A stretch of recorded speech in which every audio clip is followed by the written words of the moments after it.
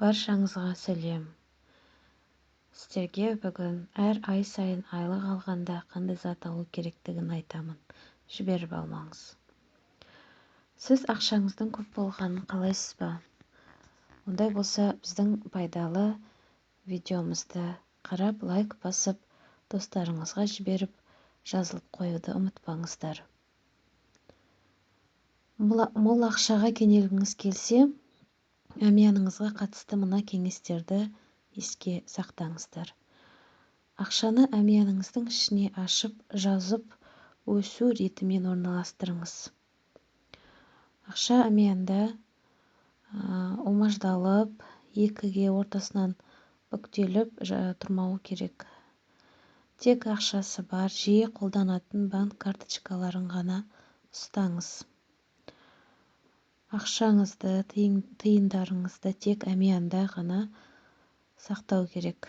Киімнің қалтасында, сумканың қалталарында, пакеттерде, әр жерде жатпасын. Ақшаңыздың берекесі болмайды. Әмияныңызға байлық шақыру үшін неразменный ақша ұстаңыз. Ол деген майдаланбайтын, жұмсалмайтын. Және ол ақшаны бақуатты, бай өмір сүретін адамдардан сұрап алсаңыз болады. Жақсы энергиясы жұғады. Енді әр ай сайын айлық алған кезінде, ақша түскенде, алдымен үйіңізге бірінші нан сатып алыңыз. Байлық, молшылық алып келеді. Әмияныңызда не болмау керек? Чектер болмау керек.